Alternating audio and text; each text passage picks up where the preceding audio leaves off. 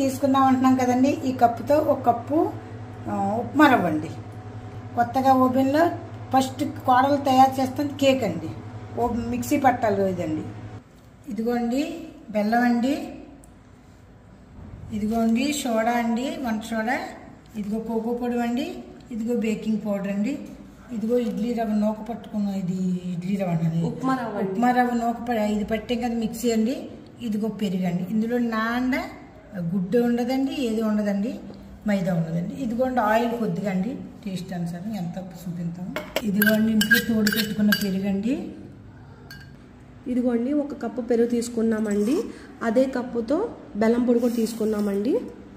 దీంట్లోకి కొంచెం ఆయిల్ వేసుకుందామండి. ఇదిగోండి ఆయిల్ ఏమో 1/2 కప్ తీసుకున్నానండి.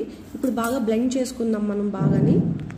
కేక్లోనండి మనం బ్లెండ్ చేసే బట్టే ఉంటుందండి స్పాంజినెస్ మొత్తం అంతని.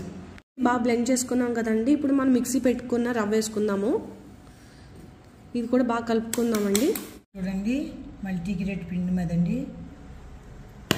ఇదిగోండి 1/2 స్పూన్ బేకింగ్ పౌడర్ అండి. ఇదిగోండి బేకింగ్ సోడా. ఇవన్నీ వేసేసుకున్నామండి. ఇదిగోండి కోకో పౌడర్ అండి, కోకో పౌడర్.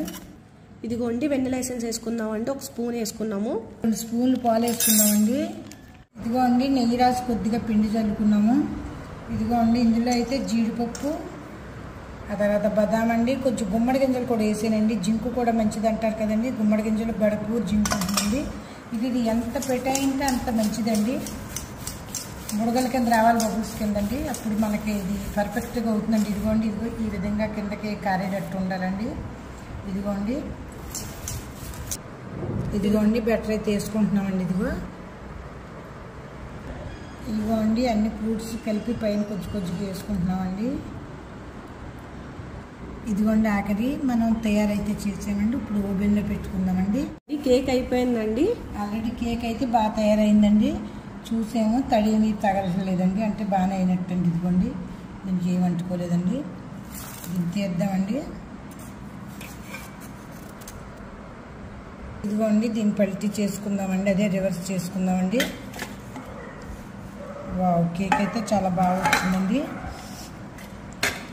ఇదిగోండి కేకు చాలా స్మూత్గా చాలా బాగా వచ్చిందండి. ఇదిగోండి ఎంత స్పాంజ్లా వచ్చింది చూసారండి, పట్టుకుంటూ వెళ్ళిపోతుంది.